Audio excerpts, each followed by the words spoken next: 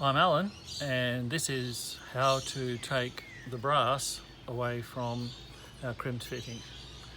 I'm going to put it in a vise, which you might not have access to, but it's the best way of doing it. I'm going to use side cutters and pliers.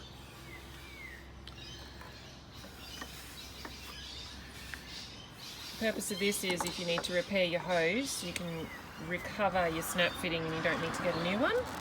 Reuse this one here and just use a hose clamp to reconnect it further along.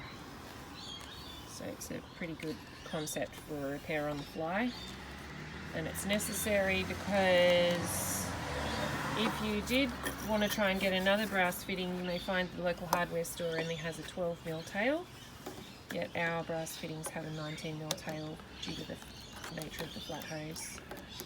So you can see that Allan's just trimmed the edge of the brass to get it started, and now he's using pliers to roll the crimped brass away.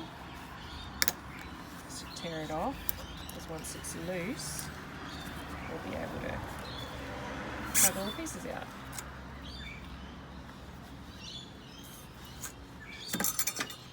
Ta-da!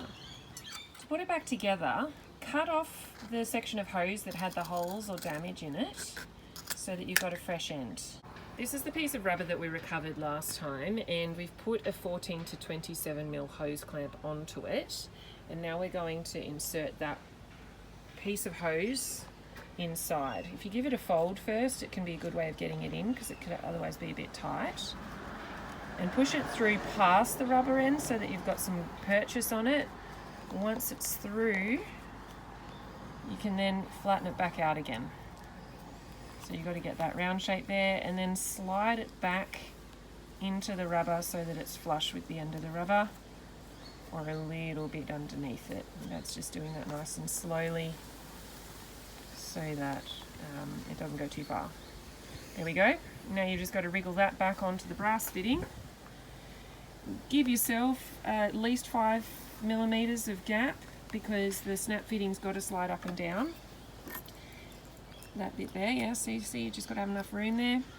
And then tighten up the hose clamp, and if you get that tight enough, it will be just as good as a crimp and fully pressure rated, and just keep operating for you, and you've managed to repair your hose with about $2 worth of hose clamp.